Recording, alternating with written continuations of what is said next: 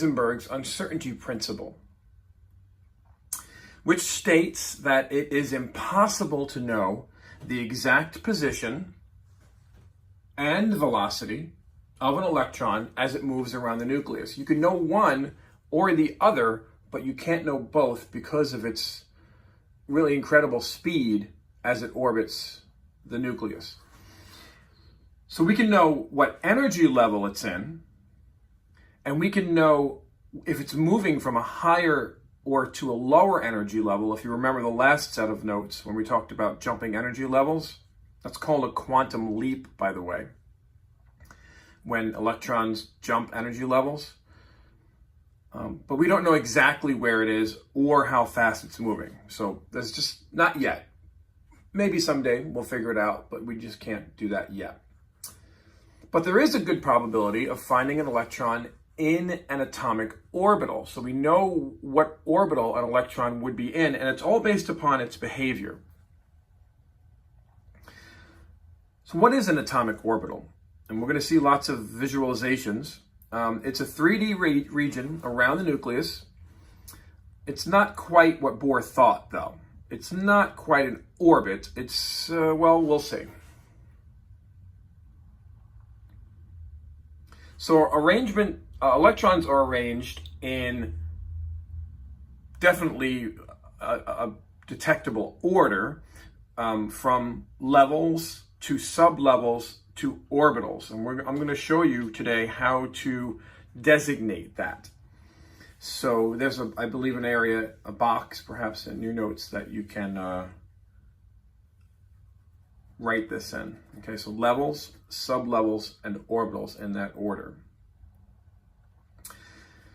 So if you recall back to 8th grade, and we've discussed this a little bit in this class already, different energy levels can hold only a certain amount of electrons. So we need to make sure that we're clear on this. This is a little refresher.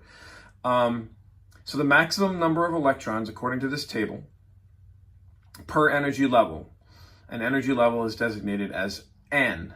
So when we see that little N, we know that that N means energy level, or anything replacing that N.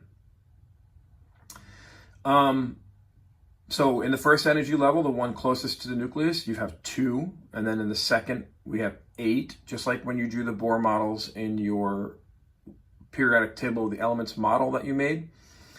In the third one, 18, and in the fourth one, 32, maximum number of electrons. And you could use that little formula to determine the number of electrons in an energy level. But honestly, we're not going to use that.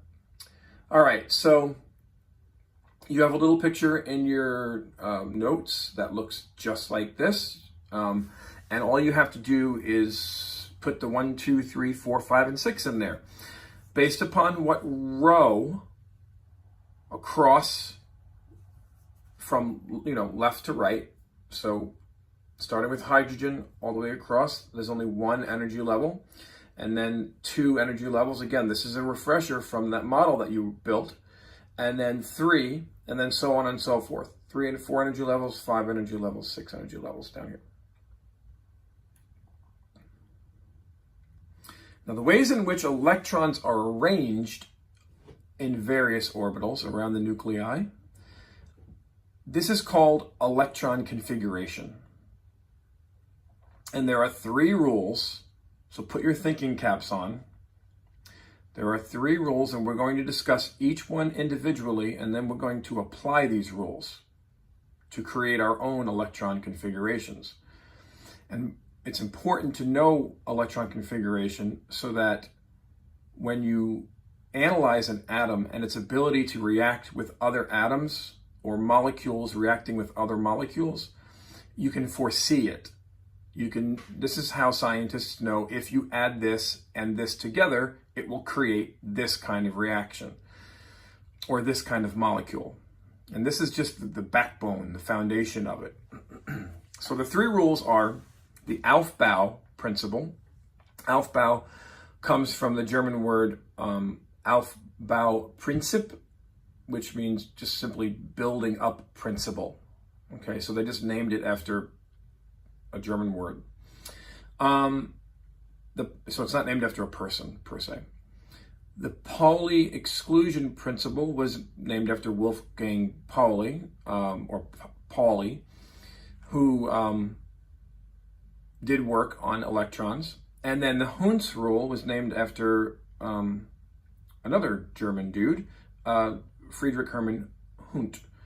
And all these rules together tell you how to find the electron configurations of atoms, okay? So, this is the first principle. This is the Aufbau principle. And according to this principle, electrons occupy the orbitals of lowest energy first. So in the Aufbau diagram below, each square represents an atomic orbital. Now you're going to revisit your notes later and draw these in the boxes provided in detail. And I'm going to show you what some of those details are right now. So I'll be using the laser pointer to point around this screen. So as you can see, the lowest energy is down here, and it's called 1s, followed by 2s, increasing energy going up, 2p, 3s, 3p. Oh wait, which one comes first? 4s or 3d? It's hard to tell, isn't it?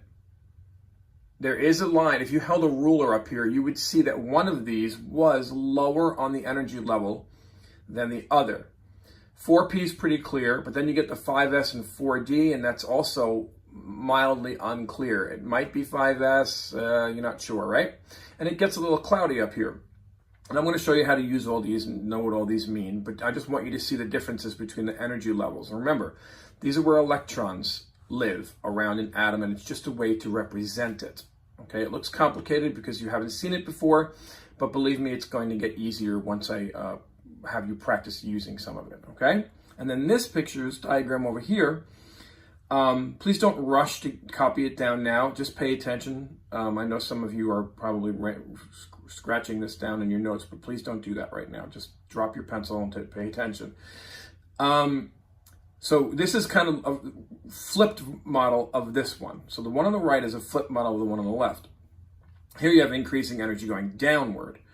Now, if you do some actual research, you're going to find that these energy levels don't always 100% work this way.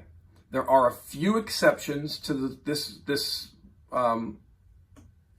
this rule, these rules that we're about to do. But for the most part, just know that this is generally the accepted rule, and this is all you need to know for this class, okay?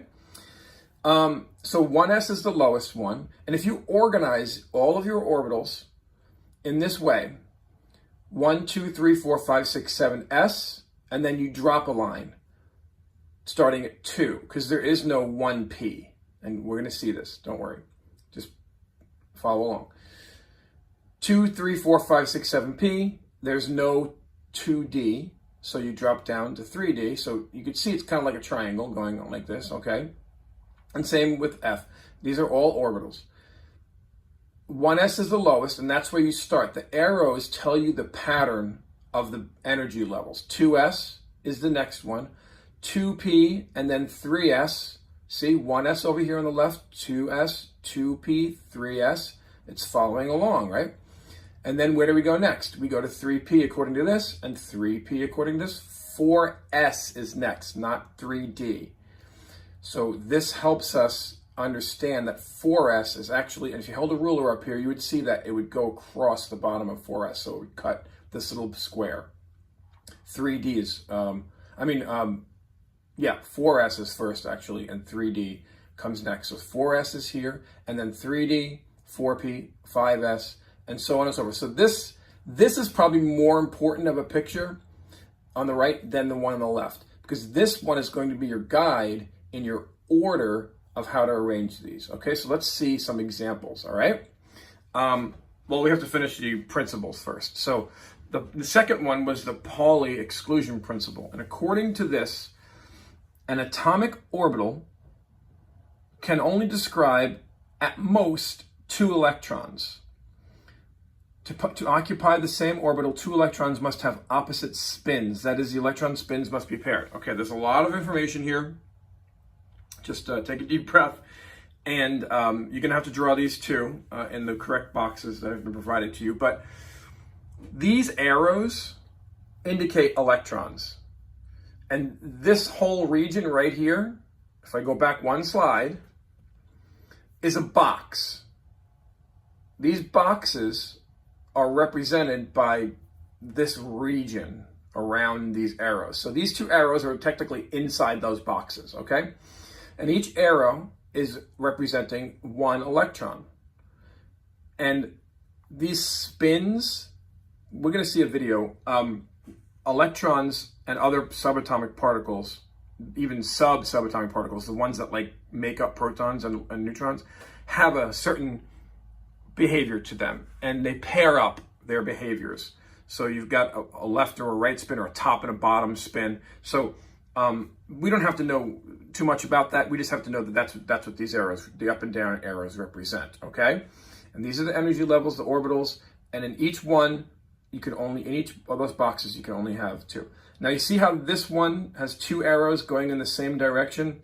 That can't happen. They have to have opposite spins. So the only thing that the Pauli exclusion principle is telling us is that when we're making these electron configurations, just make sure the arrows are pointing in opposite directions, okay? And they can be full arrows or these little half arrows. It doesn't matter how you do it. Again, we're going to have practice doing this.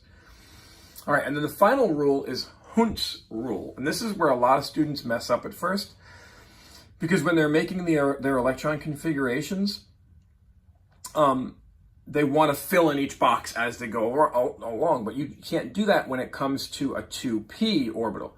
You see, 1s and 2s, s orbitals only have 2 electrons, but 2p orbitals can hold 6. P orbitals can hold 6, 2 in each box. Each of these is one of those boxes. So if I go back again, we're talking about this one now. See, this can hold 2, this can hold 2, 2, 4, 6 total. So all the S's can hold 2, all the P's can hold 6, all the D's can hold 10. 2 per box, 2, 4, 6, 8, 10, okay? And you're going to see how this plays out in three-dimensional model in a little while. Or next time we do notes, actually, I think. So see how this one's correct? This states that each orbital has to have one spin, one direction first. You have to fill up each one with the same spin first, and then go back and fill the opposite spin. So this would be 1s2. The 2 is how many electrons? 2. How many electrons? Okay, so there's 2 electrons here. And this student put the opposite spin first instead of putting the second electron with an up spin, okay? So this is the correct way, this is the incorrect way. You can, if you drew this now and knocked it out, fine, but come back later and do it, make sure you get it correctly. And again, we're gonna see so many examples of these that you're gonna get it. These are just the introduction, so don't panic if you're not getting it right now, okay? So this is the guide for what all those little things mean, okay? So again, the energy level is 2. So there's 1, 2, 3, 4, 5, 6, 7, right? Energy level. P, there's S, P, D, and F. Just think, to remember the order of the sublevels, I always tell the students to think speed, fast. Speed, fast. S, P, D is speed, and then F comes next. So speed, fast, that's the order of sublevels. And you're going to be labeling these on your periodic table too soon. And then the number of electrons is shown as that superscript above the sublevel. That's how many electrons are currently in that sublevel. And P can hold 6, so there's only 4. This is not quite filled. And so this is an example, when you're writing this down, this is an example of an order that you'll probably never have to go to. You certainly won't have to go to on any test. This is just an extreme, so you may have to go to like 5p, that's the maximum you'll have to go.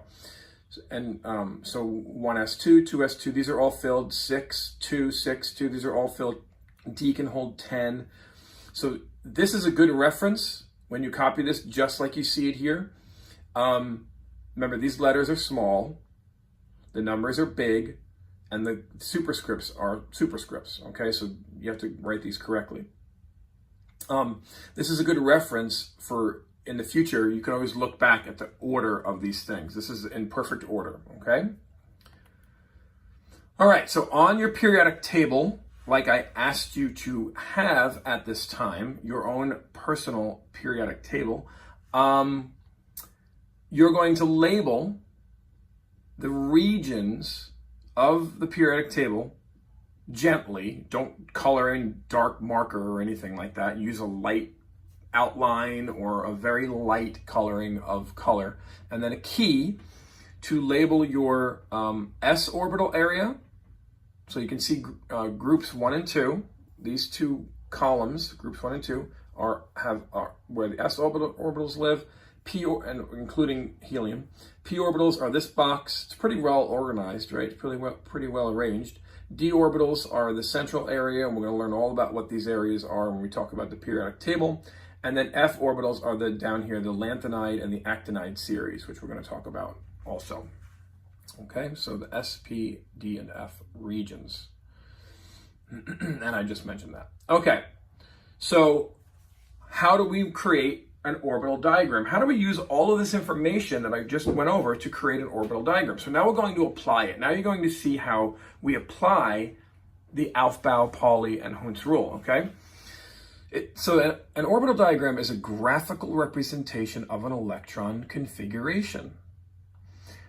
And again, one arrow represents one electron. So you can see here, hydrogen, we know, only has one electron. So this is what hydrogens would look like. Helium has 2, lithium has 3. And we see how we filled the first box with opposite spins, and we labeled it, and then we move on to the next one, the next level, okay? Just like building a Lego set or something with, directions. It shows the spin, like I said, up and down, and which sublevel, and the same rules apply that we just learned or just wrote down, okay? And this is examples of what they look like continued. This is an orbital filling diagram.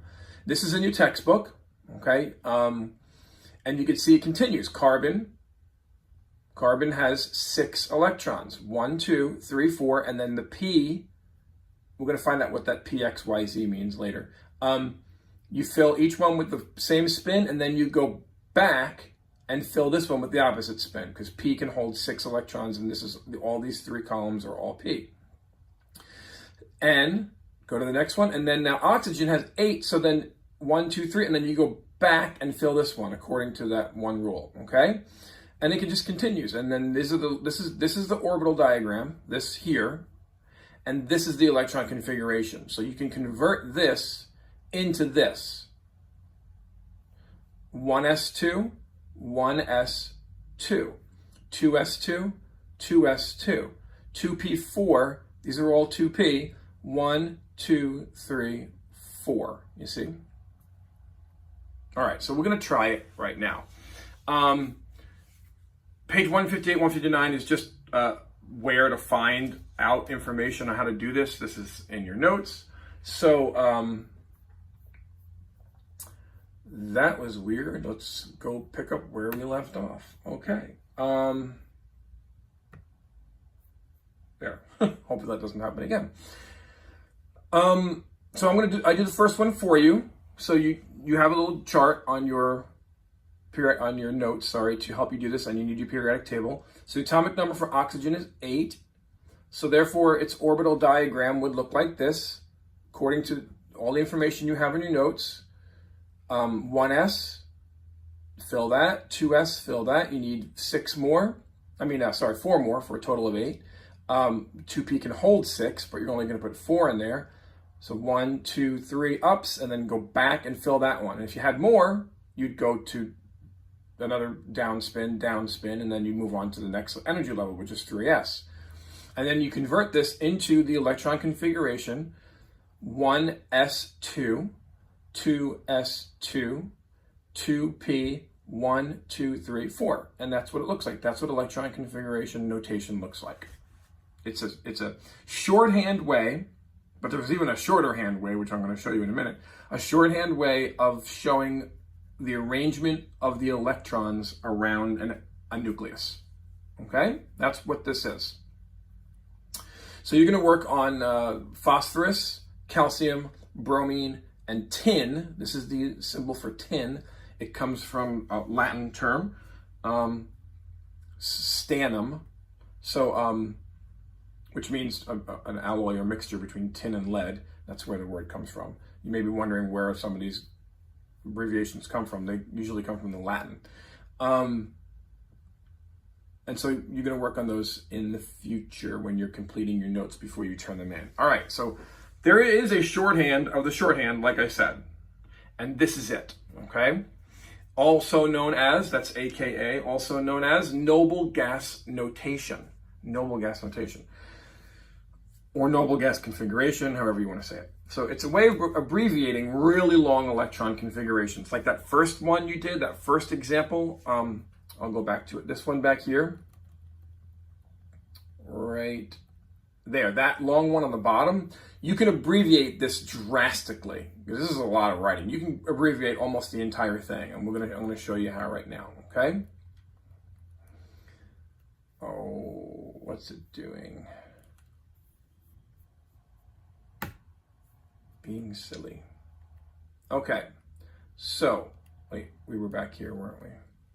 Yeah, so since we're only concerned about the outermost electrons, we can skip to places we know are completely full, and that is where the noble gases comes in, because noble gases have a completely full orbital, and that's why they're inert gases also. They don't react very well with other things. That's why you can fill a birthday balloon with helium gas and not worry about blowing up your birthday guests. So let's take a look at how to do this, all right? Step one, all these steps are in your, I don't know why that's happening, but it's very annoying. Okay, step one, find the closest noble gas to the atom. So you have an atom, right? Let's say oxygen. That's your goal atom to make a electron configuration for. And then you find the closest noble gas to that atom without going over the number of electrons in the atom. So look at your periodic tables, find oxygen, and then go back up the rows until you hit the first noble gas. Go backwards, not forwards, go backwards down the atomic numbers. And what you find is the first one you hit is helium. So that you put in brackets. You put helium in brackets. Not parentheses, brackets, okay? And then step two, you find where to resume by finding the next energy level. So oxygen is in level 2. You just labeled your periodic tables as such. So you start at level 2s. It always starts after a bracket with an s orbital, okay? And a 2, or not a 2 energy level. It could be a different energy level, but it's always s. And then you resume the configuration until it's finished, until you have enough electrons. Helium, this is a very simple example. Helium has 2 electrons, so that takes up 2 of the 8 that you need. Then 4, 5, 6, so that's 8 total. So you just made a shorthand. Really, this isn't 2 shorthand because this is just 1s2, but this is a very simple example of how to do it for longer ones, okay? So let's look at a longer one. Chlorine, let's say you had to find the shorthand notation for electron configuration for chlorine, okay? The longhand is 1s2, 2s2, 2p6, 3s2, 3p5. You can abbreviate the first 10 electrons, all of these up here, 6, 7, 8, 9, 10, in just a bracket with neon. Neon replaces the first 3. So chlorine's here, okay? Actually here, okay? And this is fluorine and then chlorine. Chlorine's here. Look at your periodic tables to make sure I'm pointing to the right place. And then if you go back, all the way back to here, you could visualize that it's right here. It's the next one above, okay? Not this one, but this one. That's neon. Neon has a total of 10 electrons. So you can just abbreviate that one and then continue. See, chlorine's in level 3, right? Level 3. So you go to level 3. start at level 3 and you finish the configuration with the amount of electrons that you have left in chlorine. Chlorine's electrons, I think, are 17, right? 11, 12, 13, 14, 15, 16, 17, yeah. So if this is 10, you only need 7 more, okay?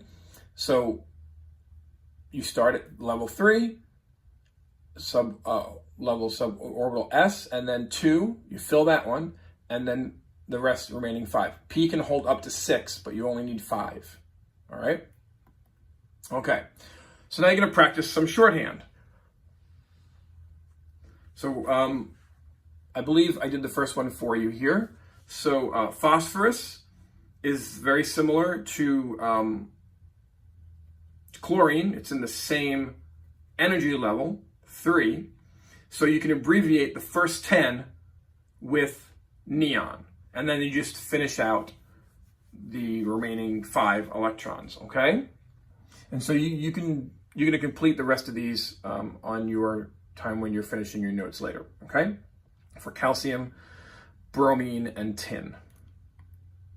All right, now, sometimes, and we really haven't gone too much into ions yet, but we know that an ion is a charged particle. It was on our last test.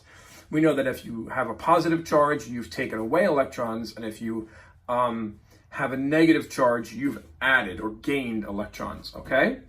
So the electrons that are lost or gained should be added or removed from your electron configuration, because you don't want to put electrons in there that don't belong there.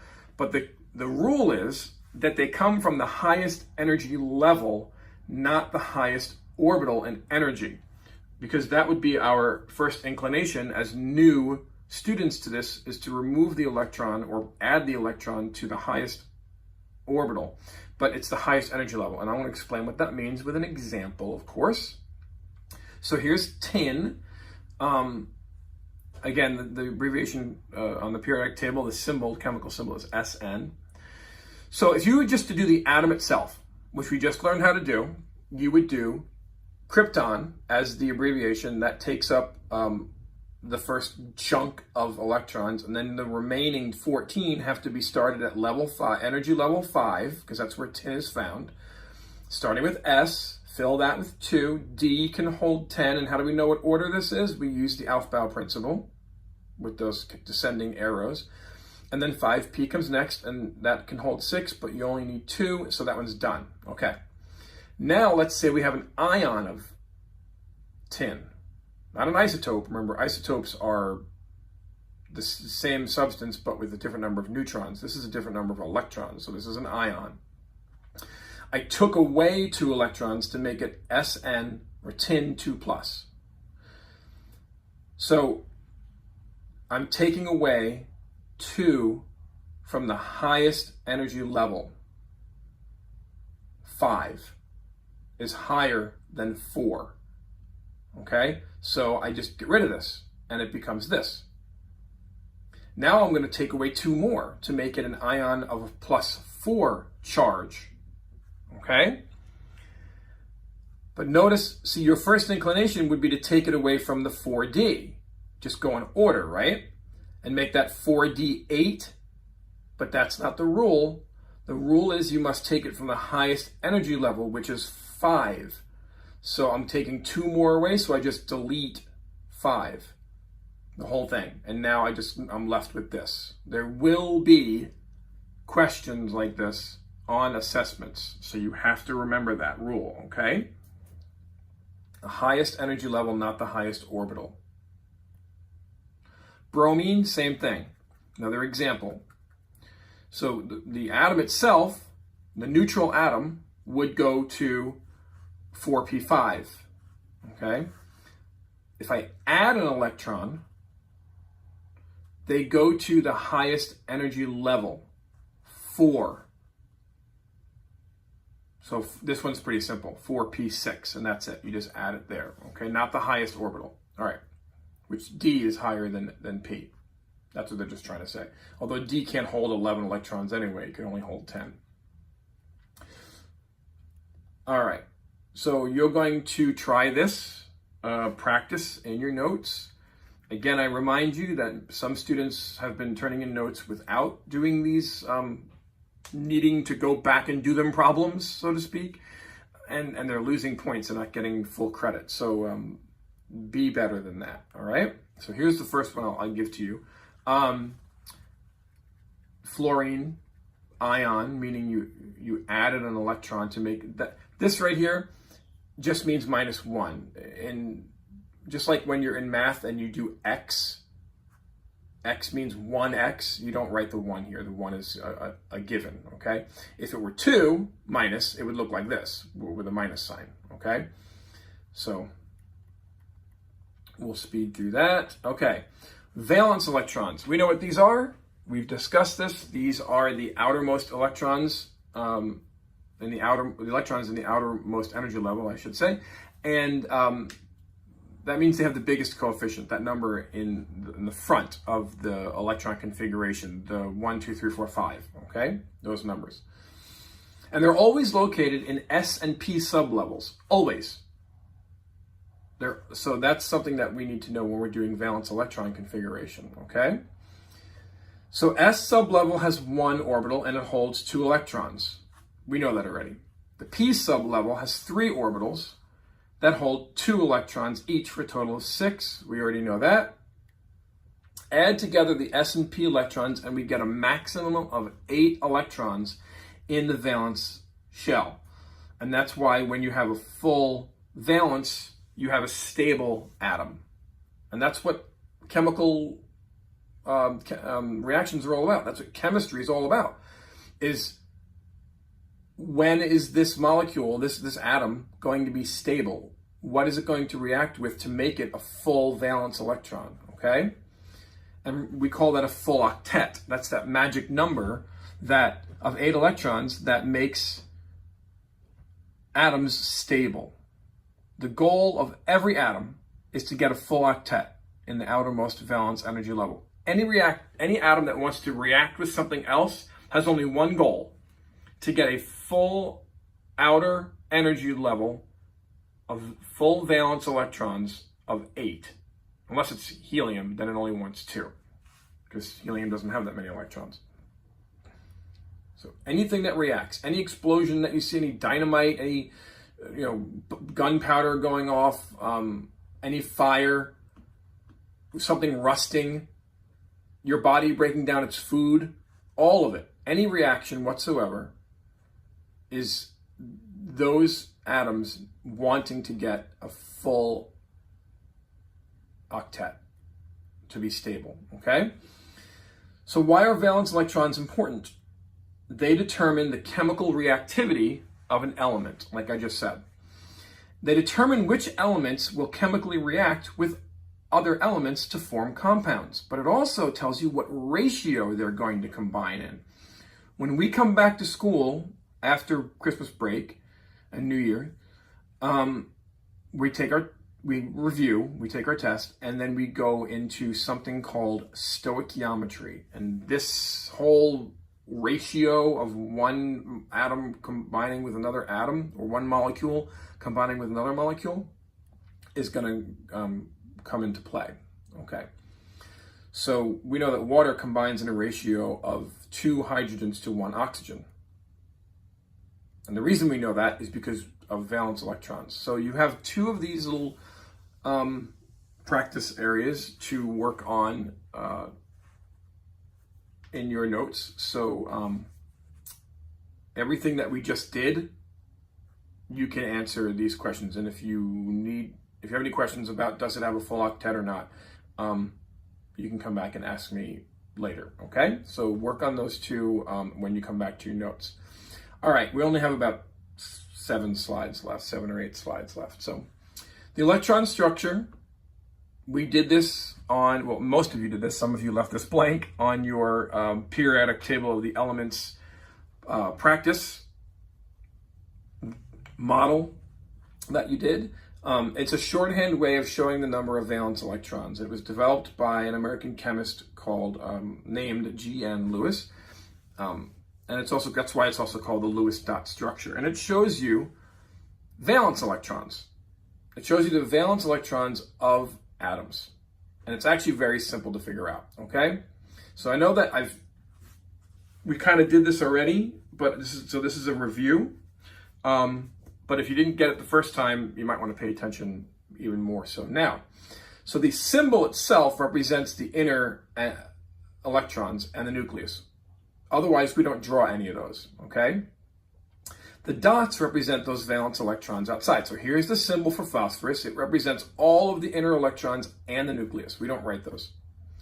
The dots represent how many valence electrons there are around the nucleus, okay?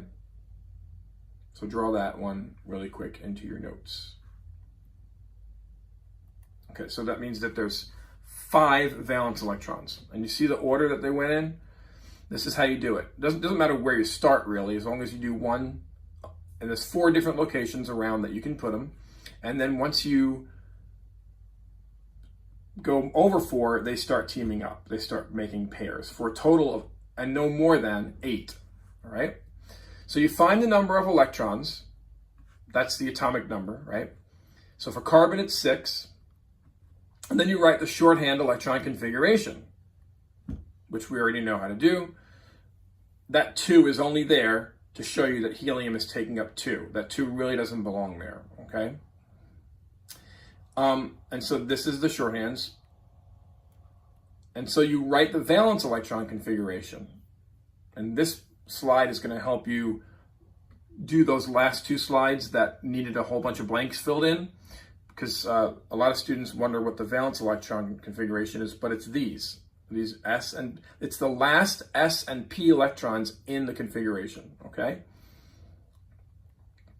So then you count the number of valence electrons by adding up all the superscripts. So what's 2 and 2? 4, right? Then you show valence electrons with dots around the symbol. 1, 2, 3, 4. Done. Not too much of a challenge, okay? But it's easier than that. It's even easier than that. Check this out. Well, this is something, yeah, if there's only 2, you pair them up. So for helium, you would pair them up. You wouldn't go around and around. That's the only difference. So for helium. So here's the rule. The rule that makes it so easy, and you don't have to really do any of those steps at all. The group number, meaning group 1, 2, jump over to here, 3, 4, 5, 6, 7, 8 on your periodic tables. If you look at your periodic tables now, you can see them. 1, 2, 3, 4, 5, 6, 7, 8. They may say 1A, these are B, but they're also called main group elements. Those group numbers equal the number of valence electrons. They equal the number of valence electrons for any of the elements in those groups, in those columns. And again, those are for group A elements only, also called main group elements. So all of these in this group, this first group, hydrogen, lithium, sodium, potassium, rubidium, cesium, francium, they all have 1. How many do these have? Exactly, 2. How many do these have? Skipping over.